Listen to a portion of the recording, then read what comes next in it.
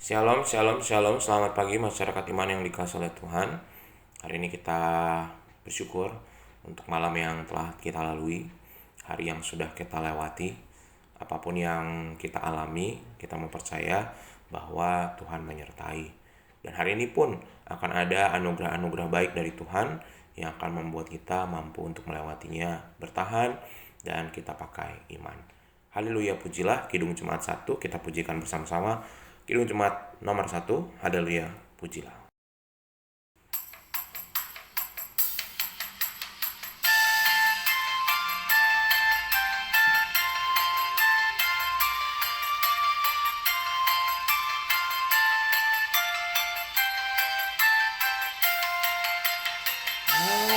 Haleluya, pujilah Allah yang agung, Maha Esa.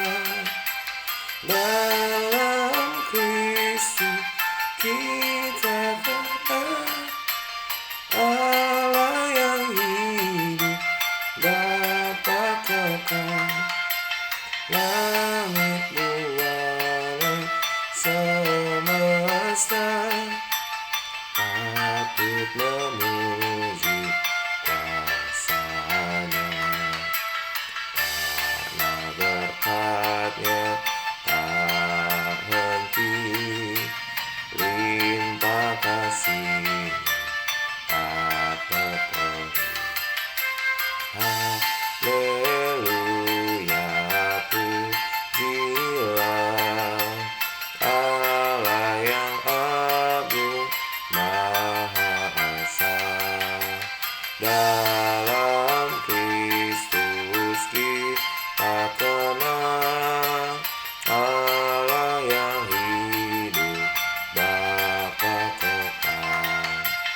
Wahai bumi, soraklah, angkat suaramu, nyanyilah. Gendah dan gendang, iringi puji dalam tembang. Haleluya, pujilah Allah yang agung, Maha Esa. Dalam Kristus kita kenal Bapa yang hidup, Bapa kekal. Mari kita berdoa. Ya Tuhan, kami mau memuji nama-Mu dan kami percaya bahwa anugerah-Mu nyata dalam hidup kami. Bapa yang kekal, mampukan kami untuk boleh mengerti tentang hari ini. Dalam firman-Mu kami baca, kami berdoa dan bersyukur. Amin. Bapak Ibu Saudara, bersama-sama kita buka 2 Samuel 22 ayat 1 sampai 10. 2 Samuel 22 ayat 1 sampai 10, 2 Samuel 22 ayat 1 sampai 10. Dengarkanlah sabda Tuhan. Daud mengatakan perkataan nyanyian ini kepada Tuhan pada waktu Tuhan telah melepaskan dia dari cengkraman semua musuhnya dan dari cengkraman Saul. Ia berkata, "Ya Tuhan, bukit batuku, kubu pertahananku dan penyelamatku. Allahku, gunung batuku, tempat aku berlindung, perisaiku, tanduk keselamatanku, kota bentengku, tempat pelarianku, juru selamatku. Engkau menyelamatkan aku dari kekerasan. Terpujilah Tuhan, seruku, maka aku pun selamat daripada musuhku. Sesungguhnya gelora-gelora maut telah mengiringi aku, banjir-banjir jahanam telah menimpa aku. Tali-tali dunia orang mati telah membelit aku, perangkap-perangkap maut terpasang di depanku. Ketika aku dalam kesesakan, aku berseru kepada Tuhan, kepada Allahku, aku berseru, dan Ia mendengar suaraku dari bait-Nya. Teriakku minta tolong, masuk ke telinganya. Lalu bergoyang dan bergoncanglah bumi, dasar-dasar langit gemetar dan bergoyang, oleh karena menyala-nyala murkanya. Asap membubung dari hidungnya, api menjilat keluar dari mulutnya, bara menyala keluar daripadanya. Ia menekukan langit, lalu turun, kekelaman ada di bawah kakinya. Bapak Ibu Saudara yang dikasihi oleh Tuhan, bagai telur di ujung tanduk. Telur di ujung tanduk ini menggambarkan peribahasanya menggambarkan kehidupan kita yang sangat genting ketika kita seperti tidak punya pilihan. Pilihannya tinggal betul-betul mengandalkan kuasa Tuhan ataupun kemampuan orang lain. Kita udah nggak bisa apa-apa. Si telur itu kalau udah di ujung tanduk, dia tinggal tunggu kapan jatuhnya. Nah, perjalanan hidup Daud juga seperti telur di ujung tanduk. Berkali-kali dari Saul dan sampai ke zaman anaknya, hidupnya tuh kerjanya mau diburu dan dibunuh aja.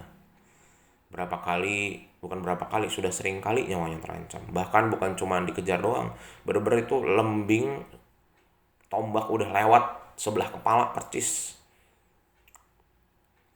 Dan rasanya jadi Daud tuh nggak tenang ya. Rasa aman itu kayaknya jauh banget dari diri padanya. Kenapa Tuhan kasih jalan yang gak mudah ya kepada Daud? Padahal Daud ini mengemban tugas yang tidak mudah dari Tuhan. Dikasih kemudahan dan kelancaran. Tetapi Daud menyadari bahwa yang bisa dia lakukan bukan marah, menyesal, tapi cuma bisa berseru kepada Tuhan. Dan hal ini mengungkapkan dua dimensi iman. Percaya, tapi juga mempercayakan diri sepenuhnya kepada Tuhan. Pernyataan ini mungkin sudah sering kita dengar ya, tapi dan memang tidak mudah. Tapi masalahnya kita nggak ada pilihan. Kita yakin bahwa Tuhan melindungi kita. Dan kadang-kadang kita mencoba mencari jalan keluar. Nah, ketika cari jalan keluar berarti kita sebenarnya tidak percaya sama Tuhan. Kita percaya sama Tuhan itu cuma kita jadikan rencana cadangan, bukan yang utama. Nah, semakin kita mengenal Tuhan, sebenarnya cara kita supaya kita makin percaya sama Tuhan adalah mengenalnya dengan baik. Mengenalnya dengan sungguh-sungguh, bukan cuma lewat pengalaman, tapi melalui firman-Nya, dekat, punya relasi baik dalam doa dan firman. Dan semakin berat perjalanan, harus semakin dekat kita. Dan itu yang membuat Daud semakin yakin bahwa sesungguhnya cuma Tuhan yang bisa buat dia bertahan. Tuhan adalah sandaranku, perisaiku, gunung batuku.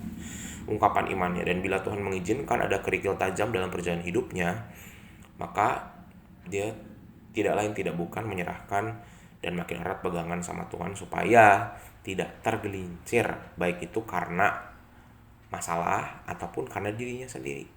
Karena kadang-kadang masalah yang kita hadapi itu bukan bicara soal hanya faktor luar aja, orang lain dan keadaan, tapi bisa jadi yang menghancurkan hidup kita ada diri kita sendiri. Nah, harus pegangan sama Tuhan sungguh-sungguh.